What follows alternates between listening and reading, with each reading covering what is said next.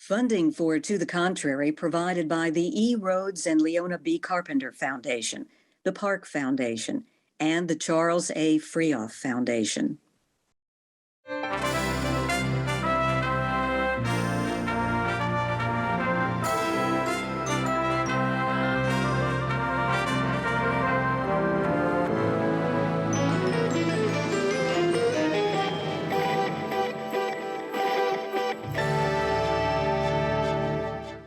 Hello, I'm Bonnie Urbay. Welcome to the Contrary, a discussion of news and social trends from diverse perspectives.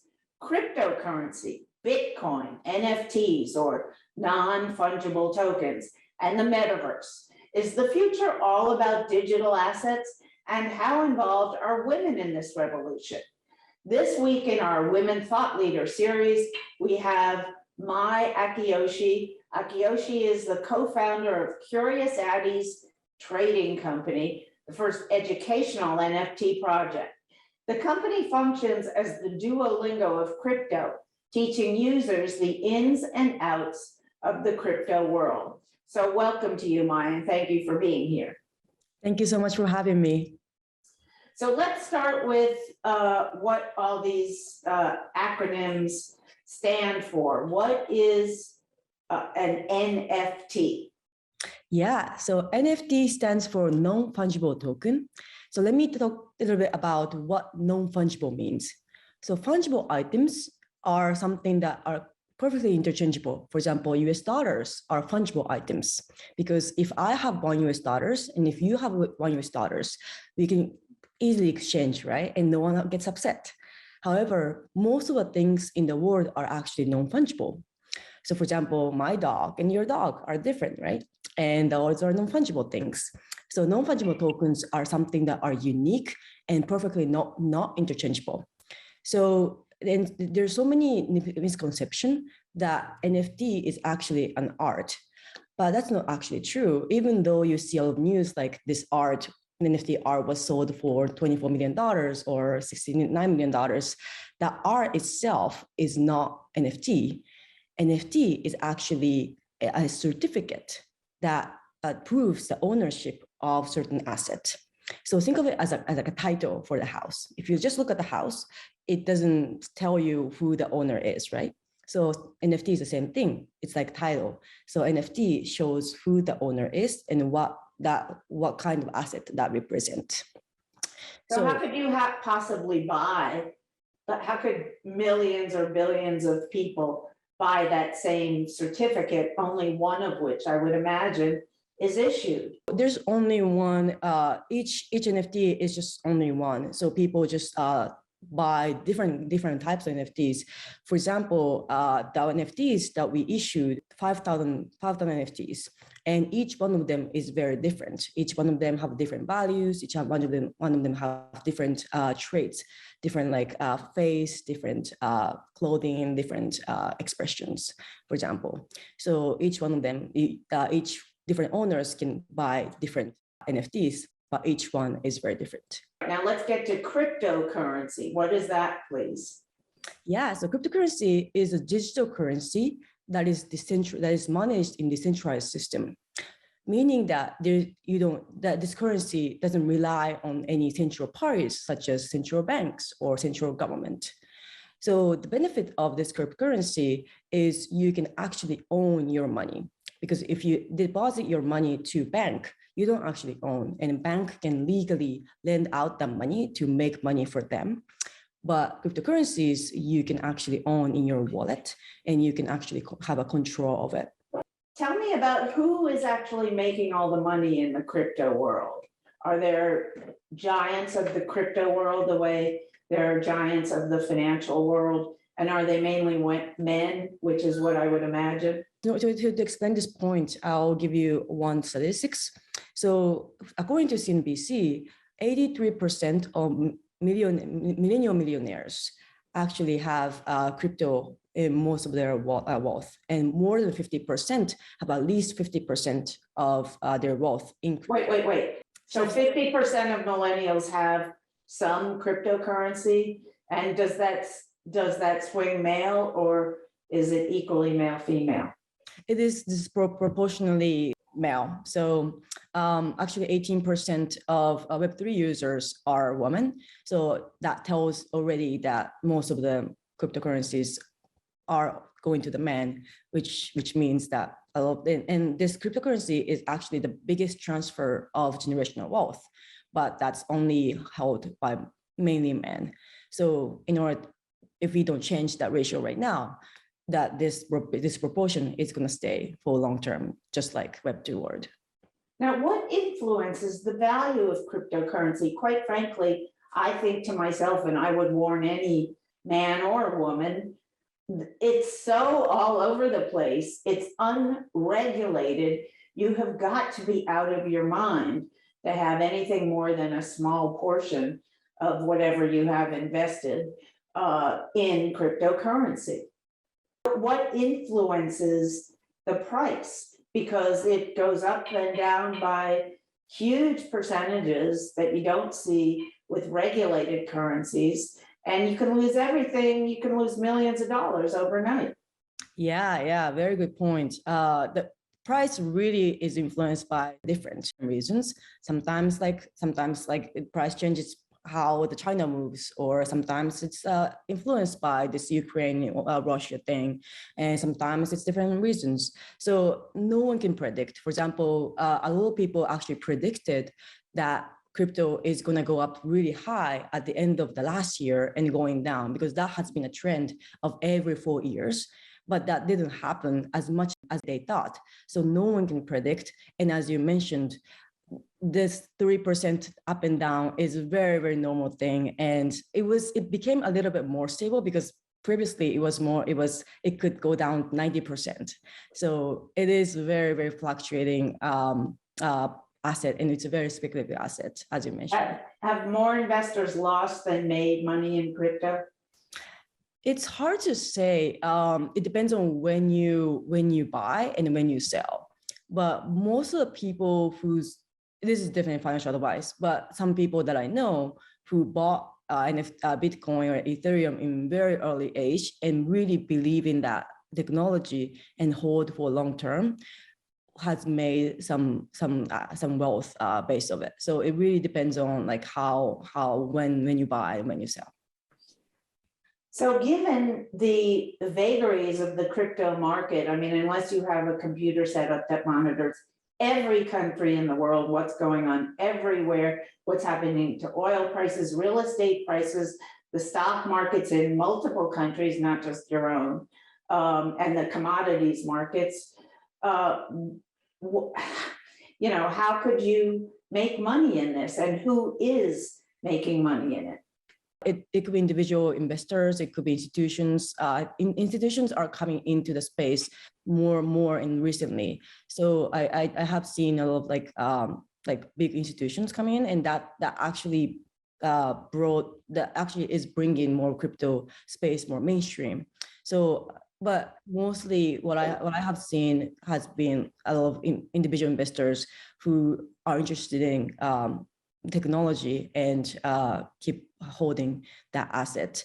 And most of them are someone who are interested in computer science, because the blockchain is piece of code, right? So, and it's all work in the world of programming. So a lot of people who understand programming in computer science are the ones who kind of start believing that technology very early age.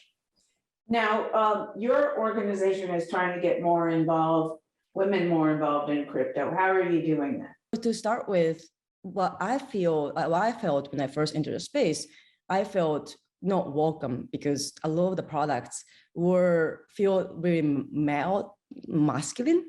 So to start with, how we can bring more women is we are creating a product that women can feel like they belong to the space. So we are starting with community, and a lot of communities are hard to get in, because if there are a lot of men and like there's too few women, and it's hard to get in, and it's hard to speak up. So we created this channel for women in crypto and created a space for women to talk and be comfortable.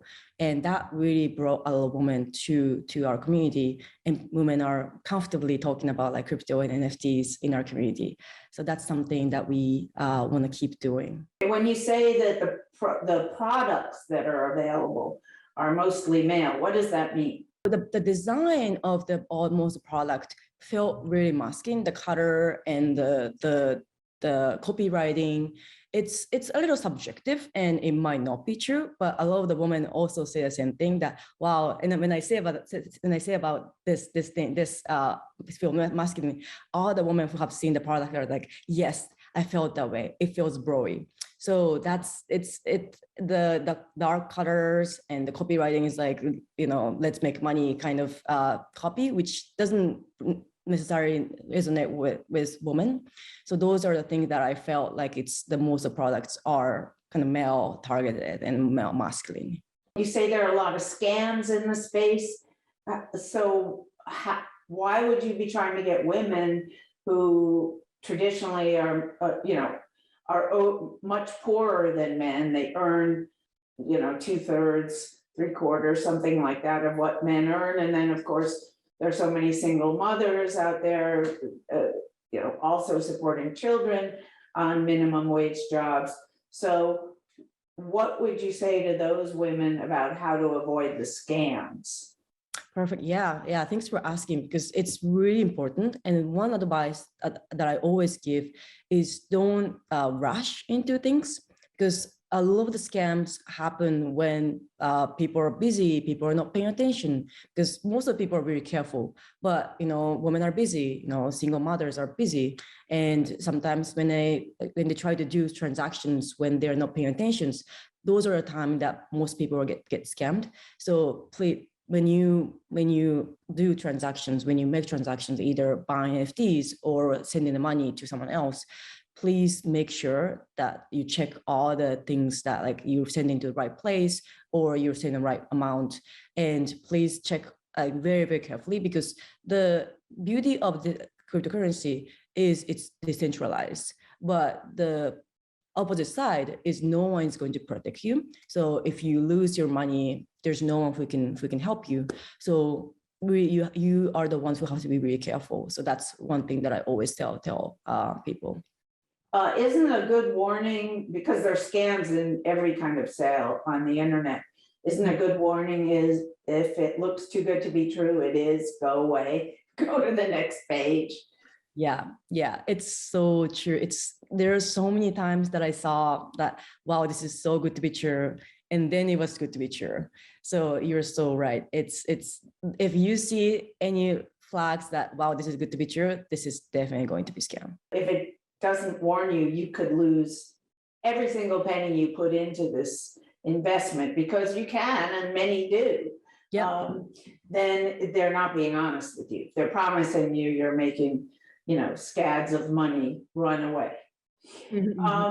So tell me about the programs. You mentioned a little bit, but are you bringing women in for computer training? I mean, the first thing is somebody has to be extremely computer literate to even understand the purchase programs.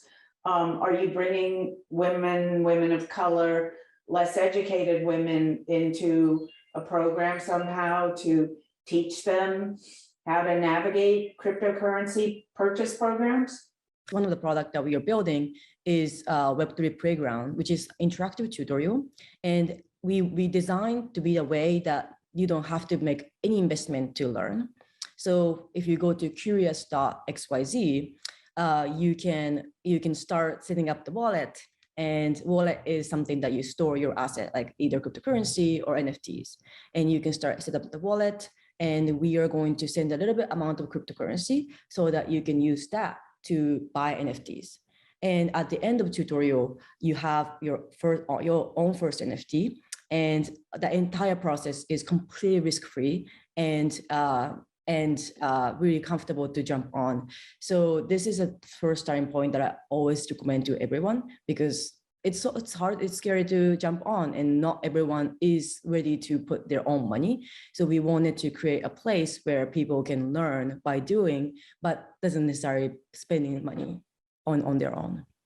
Would you be advising any women interested in investing in crypto via NFTs right now to make some piece of artwork and try to sell it online? For creators, there are two components in NFTs, like buying NFTs and creating NFTs.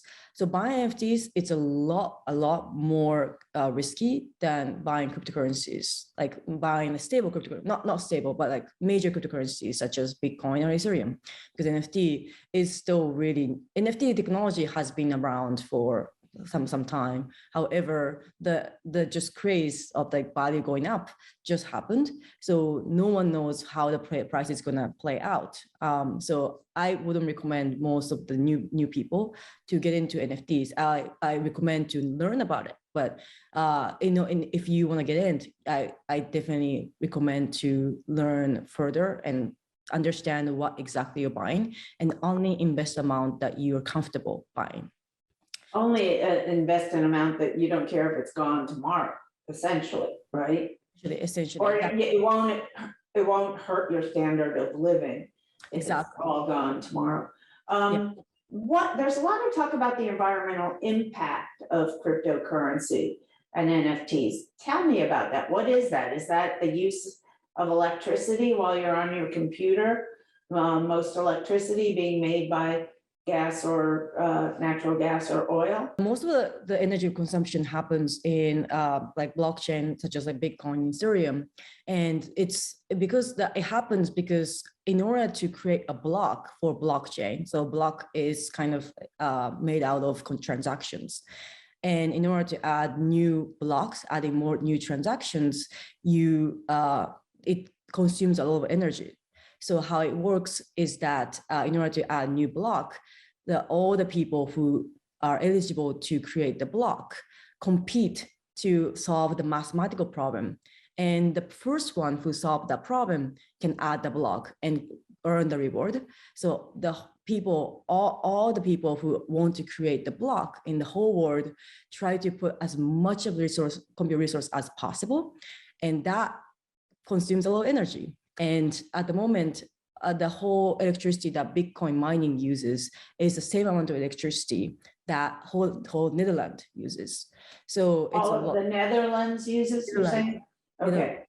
So it's a very, very high energy consumption. However, the second biggest blockchain called Ethereum is now exploring the new scheme to add the block to blockchain. And that doesn't require energy consumption. And it's going to reduce 99% of energy consumption once it rolls out. And that's going to be predicted to be a year or two, within a year or two. So once it's rolled out, the environmental effect is not going to be as harmful as right now. Now, do you think more should be done in schools worldwide? Public schools, private schools, to educate girls about not just cryptocurrency, but all the ways to make money in computers and in IT. Absolutely. The people who understand Bitcoin is the ones who understand technology and understanding why this is going to be a big thing, why this is going to be revolutionary. And that's the power, right? So the younger generations have to know how blockchain works and why this technology is revolutionary and what exactly has been changed. And as you mentioned, not a lot of countries have financial education for like how to invest in stock or how to invest in cryptocurrencies, and that should be changed. And especially for women, women are not risk averse. Women are risk aware. So we just want to understand what the risks are. And we do more research than men. Men jump in, we say, wait a minute, let me find out about this. That's the stereotype anyway. Exactly. So once we know what exactly is, then we are comfortable putting money into it. So it's really important that education is done for women so that they are comfortable what they're investing, and then they can comfortably invest in the amount of the money that they are aware of the risk. You worked on something called the Meta Angels project with Randy Zuckerberg. Tell me about that, please. Meta Angels is a project that had introduced a very interesting scheme, which is anyone in the community can make a wish, and anyone in the community can realize that wish. So for example, I wanted to find accountant, and I post that I want to have accountant, and community members introduced like a couple of accountants, and my wish was like fulfilled. So that's kind of how Meta Angels work. And Randy Zuckerberg was one of the advisors, and we are one of the advisors. So we worked together to help the project. And Randy Zuckerberg is one of the most helpful cheerleaders for the space, and she's so passionate about bringing more women up. So it has been really blessed to work with her and learn from her. How did you get involved in the NFT Meta Angels project? The founder of Meta Angels, Alison Downey, she is the one who has been helpful for our project, and she helped a lot for bringing for example, she's the one who connected us to Randy Zuckerberg. So we started chatting about the project and concept, and we decided to help her in development way because we are both developers. Meta Angels is an NFT community that is centered around the core values of generosity, transparency, and accessibility. On the generosity side, really building out a community that was purpose-driven, that's meant to elevate other people. So when people come into the community, they know what they're there for. They're there to offer help to others around them. And that could be introductions, it could be advice. There's a wide range of things it could be. Lots of people say the window to make money in crypto closed about 13 years ago, 2009. You agree? I don't think so, because I started investing cryptocurrency in 2018, and still it wasn't late. And this space is really huge, and there's so many innovations happening every single day. For example, NFT just blew up last year, right? And people just jump on last year, but still it's not too late. So there's no too late at this point. I would say it's still early. So if you're interested in investing, however, thinking it's too late, I would say it's not too late. Do you envision a world, and if so, in how many years, where people go to restaurants or grocery stores and pay in Bitcoin, particularly women? Right now, if you go to San Francisco, you see Bitcoin Cash. Like some restaurants are accepting Bitcoin Cash. So it's not like really the future. It's not like really far future away. But in order to like create the infrastructure and spread it out to like very different parts of the world, it will take a while. But I think because the US is the center of like, cryptocurrency and the innovation, it is happening quite fast, as fast as like quite fast, yes. Do you see a future where not such ordinary and regular purchases as groceries and restaurant, but even healthcare or insurance are involved or purchased through crypto? Restaurant and like retail stores are going to be easier to jump on, because for example, PayPal was first being used by small restaurants and like retail stores. Healthcare system, it depends on how fast like the providers is going to develop the system that's easier for them to use, because a lot of consumers are coming into the space. A lot of developers are coming to the space, therefore a lot of the VCs are coming to the space, which means that a lot of startups are coming into the Web3 space and developing the tools for people to use, and that could include like making the infrastructure for like consumers to use or like some merchandise to use. So I'm very hopeful that the infrastructure will be developed quite in the very near future. You talk about the US, specifically San Francisco, having restaurants where I suppose what you do is convert your cryptocurrency to cash and then pay the restaurant in cash. Is that what you're talking about? So if the government were to get behind cryptocurrency and regulate it, do you see a much bigger future for cryptocurrency? Yeah, it certainly solves a lot of problems. So Biden released 40 pages of like the possibility of like benefits of a central bank, central digital currency. And that states a lot of benefits, such as like it's easy to send money to international party, and it's a lot more cheaper. And also it's going to give a lot of the opportunity for people are unbanked, which is 5% of the population. So those problems are solved by introducing like digital dollar by government. However, it's going to be not decentralized, it's going to be a centralized currency. So we won't know until how they're going to introduce and how they're going to roll out. It might not be it might not be as helpful as it should be. Okay, Mai Akiyoshi, thank you so much. That's it for this edition. Let's keep the conversation going on Twitter, Facebook, and Instagram. And visit our website, pbs.org/to the contrary. And whether you agree or think to the contrary, please join us next time.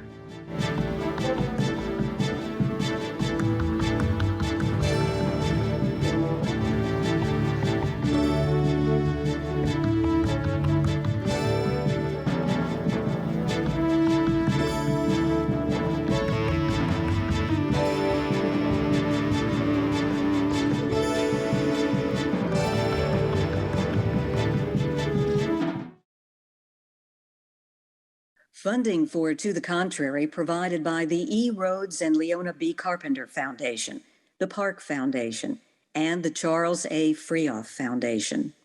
For a transcript or to see an online version of this episode of To the Contrary, please visit our PBS website at pbs.org/To the Contrary. Be more PBS.